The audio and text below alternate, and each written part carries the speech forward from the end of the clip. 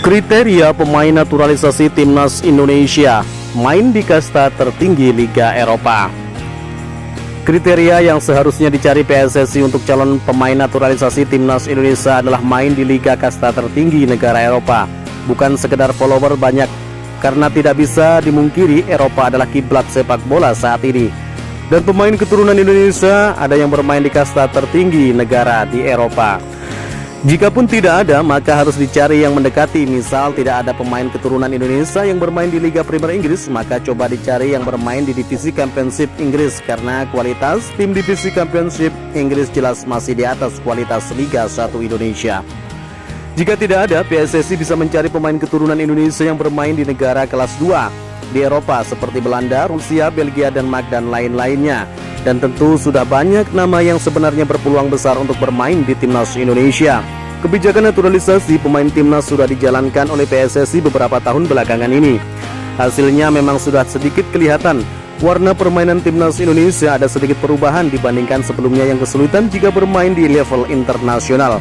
Kita mungkin masih ingat Christian Gonzalez yang menjadi pemain naturalisasi pertama Timnas Indonesia di tahun 2010. Gonzalez memberi warna berbeda di Timnas Indonesia. Gonzalez memberikan jaminan gol bagi Timnas Indonesia dengan ketajamannya. Kemudian ada Alberto Gonzalez dan Stefano Lillipali yang sangat kelihatan perannya di gelaran Asian Games 2018. Sayangnya Timnas Indonesia harus tersingkir di babak 16 besar lewat adu penalti. Timnas Indonesia Asian Games 2018 bahkan disebut masyarakat Indonesia sebagai timnas terbaik karena permainannya sangat bagus dan menghibur penonton. Walau sudah memiliki beberapa pemain naturalisasi hebat, trofi masih belum menghampiri Timnas Senior Indonesia.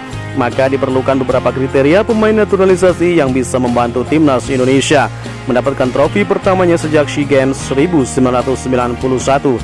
Berikut beberapa kriteria pemain naturalisasi Timnas Indonesia yang bisa memberikan trofi bagi Indonesia.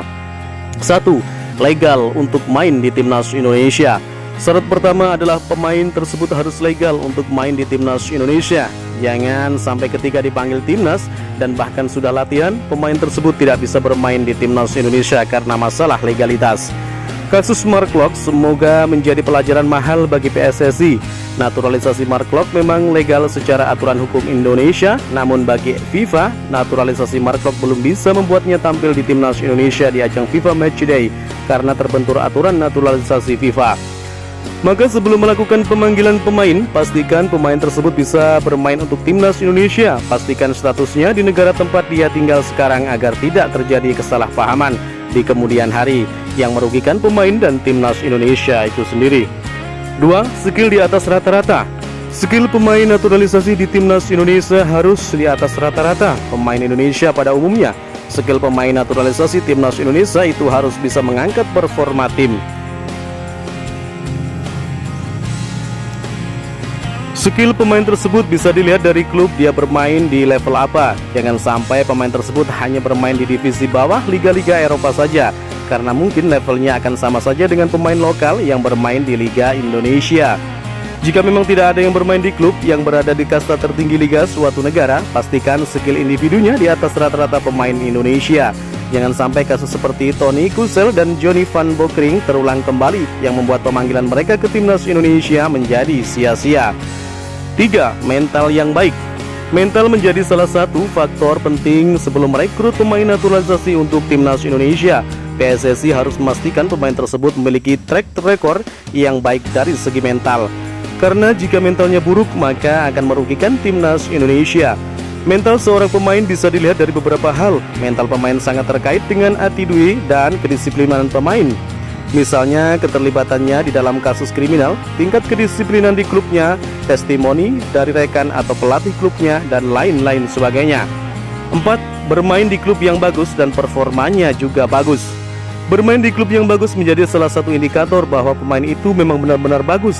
Apalagi jika dia bisa bermain bagus dan menjadi langganan starting 11, sudah pasti kualitas pemain itu tidak perlu diragukan lagi. Jika ada calon pemain naturalisasi seperti ini, PSSI harusnya bisa langsung bergerak, beri kemudahan dari sisi birokrasi dan legalitas, agar pemain tersebut mau bermain untuk Timnas Indonesia. Contoh pemain yang bermain di klub yang bagus dan performanya bagus adalah Sandy Walsh dan Kevin Dix. Sandy Wallace bermain di KF Mechelen dan sering menjadi starting line up. Begitu juga Kevin Dix yang bermain di Copenhagen. Bahkan Kevin Dix sudah merasakan tampil di Europa League yang tentu menjadi jaminan kualitasnya. Maka PSSI perlu mempertimbangkan faktor-faktor tersebut untuk melakukan naturalisasi pemain. Jangan sampai melihat pemain tersebut dari segi popularitas dan followernya saja. Jika pemain itu rutin masuk starting line up klub yang bermain di liga kasta tertinggi di negara Eropa, sudah sepantasnya dia menjadi prioritas PSSI untuk dinaturalisasi, bukan pemain dengan follower terbanyak. Bagaimana menurut kalian? Jika suka dengan video ini, nantikan video kami selanjutnya dan salam olahraga.